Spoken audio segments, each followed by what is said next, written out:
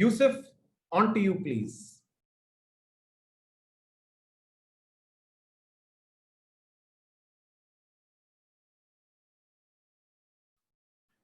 Thank you so much. As I'm sharing my slides here, I wanted to thank you for the invitation. I've already learned so much this morning.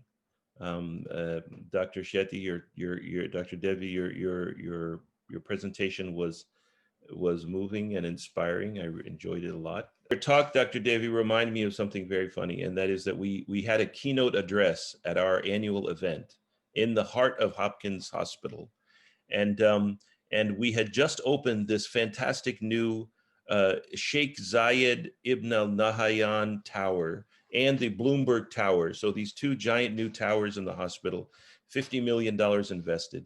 The speaker, the keynote speaker, came up. He was from the West Wireless Health Institute, which is focused on telemedicine. And he's one of our board members. And he came up and he said, and the dean and the president of the hospital, everyone is sitting there. And the speaker proceeded to say, what medicine needs is exactly not this. We don't need these new institutions like this. This should be this is a dinosaur and should not really, it's not really where the investment should have been made. So it was quite a startling start for his talk. And I think it dovetails very closely with what you said. I'd like to say a little bit about our center and about our process, because I think you also touched on a very important point, and that is the issue of design.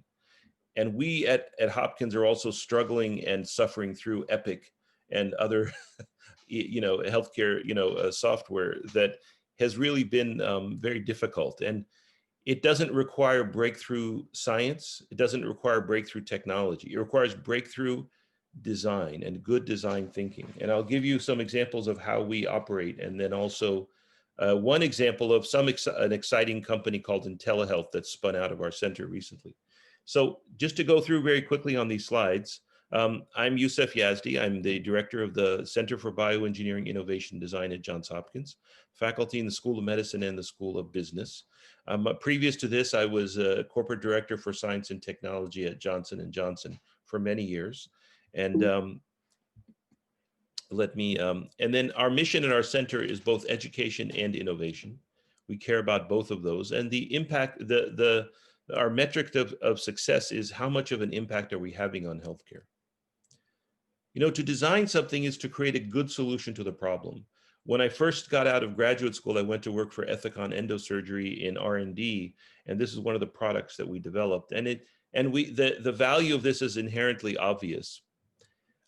It's also a very beautiful device, and it functions incredibly usefully. I remember when I went to talk to my uncle, I was leaving to go to work for Ethicon Endosurgery, and I said, "Uncle, do you know about Ethicon Endosurgery?" He says, "Yes." "Do you use their product?" He was a general surgeon in Houston, Texas. He actually had a clinic on the shores of the Caspian Sea before he came to the United States. And he said, he said, "Yes, I use their products." "Do you like their products?" He said, "I hate their products because it's a $250 stapler with 6 staples in it that I end up throwing in the trash." And for him, in his mind, coming from a developing country, this was an abomination. The wastage was just atrocious, not just wrong, but immoral. And sometimes bad design can look very nice. I don't know if you have one of these in your house, but this is something that is incredibly beautiful and useless. And poor design can be all sorts of bad in so many different ways. But really good design it's a journey that starts with empathy and passion. And these are photographs that some of our students took in the Sundarbans. One is in Nepal, one is on Bali Island in a surgery suite on Bali Island in the Sundarbans near the Tiger Preserve. If you've never been there, I recommend you go. We went there a couple of years with the sponsorship of Medtronic and visited. And I was surprised to see that everything didn't work except I had a beautiful 3G connection. I could do a wonderful Skype call. There was no central electricity or water, but 3G, fantastic. This was about 10 years ago.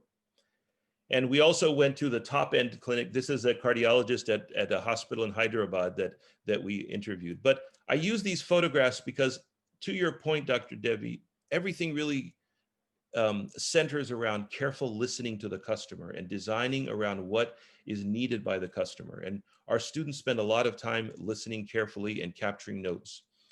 But as we know in healthcare, design is really bad. This is an article in Fast Company I would recommend you read about why healthcare design is so bad.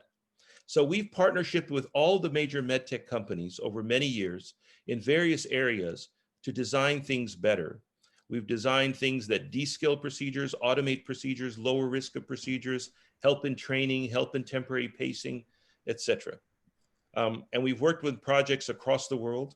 We started out in India, and then we worked in China, Brazil, throughout sub-Saharan Africa, etc. And of course, and we also designed products for the United States. And I'll skip this one. But really, it's about careful listening. And through these observations and analysis, developing insights and designing specifically for what the customer needs. This is a project that we had a challenge from Omar Ishraq, the CEO of Medtronic. His challenge to us was go to India and find out why people who need pacemakers don't get pacemakers. And don't tell me it's because pacemakers are too expensive. I already know about that part of the story.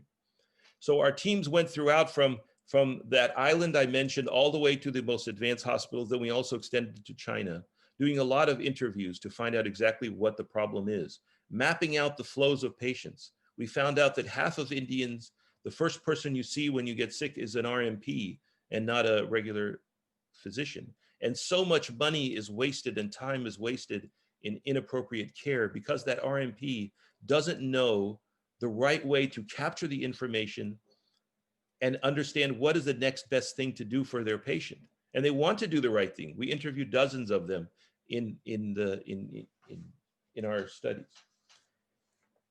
So that emerged from that became a wonderful project called IntelliHealth. And I'd like to mention what that's about. And I would recommend, in the interest of time, that you look it up yourself and learn more about it. It's very active in India. They're soon going to have over 1,200 community health workers using this system in 8 states and in Philippines. And the project, to your point, Dr. Debbie, about how much data and rules and principles are required to do a proper diagnosis, the team has gone through many textbooks and captured all of these rules about how doctors do that initial data capture and data analysis to know what to do for their patient in the form of 86 rules, and those are growing steadily. So this software, it's called IU, and it's a digital expert system that a lower trained, usually a woman from high school, is trained to use this in a clinic to do a very efficient job of capturing the initial information from the patient. And then once that initial information is captured, for example, if they have a certain symptom, the rules will tell them, now check for this thing, now check for this thing. And all that is very efficiently captured. And then through a low bandwidth connection, doesn't require 5G or 4G, it can even do it on 2G. Through a low bandwidth connection, it transfers this to the doctor.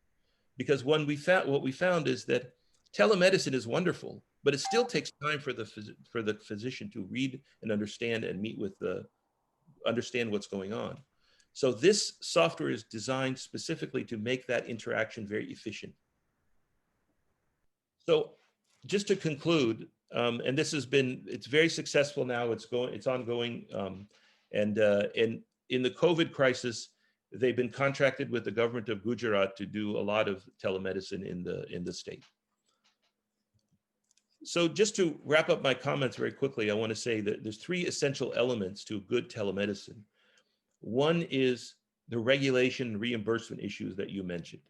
And we've seen a revolution. All the people who said this can't be done, suddenly when the COVID outbreak happened in the United States, reimbursement became suddenly the same reimbursement levels for telemedicine and in person. Suddenly, it didn't matter what platform you used. You can use Skype or Zoom or anything to talk to your patient. All those regulations were swept aside. The second element is the technology. The technology, frankly, sucks. It's not well designed. My sister was telling me that she's a medical director at a nursing home system in Pennsylvania, and she was telling me that when she talks to the patient, the nurse has to repeat everything she says if she's talking over the telemedicine, because the audio quality is poor, the video quality is poor. You're not really, it's just bad design.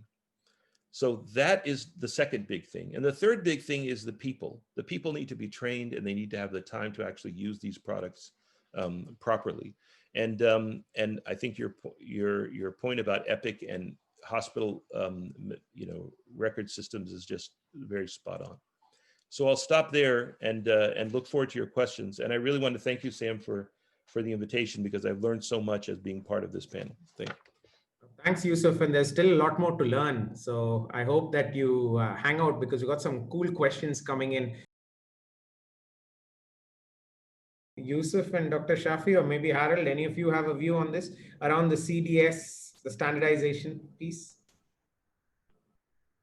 I won't comment on that. I would just say very briefly that good design is really essential, and most of the software in medicine has been really poor. Yes. So, the innovation ecosystem is severely flawed, and I think we're just now, because everything is opening up because of COVID, we're just now seeing companies come on board and do a better job of designing the actual product.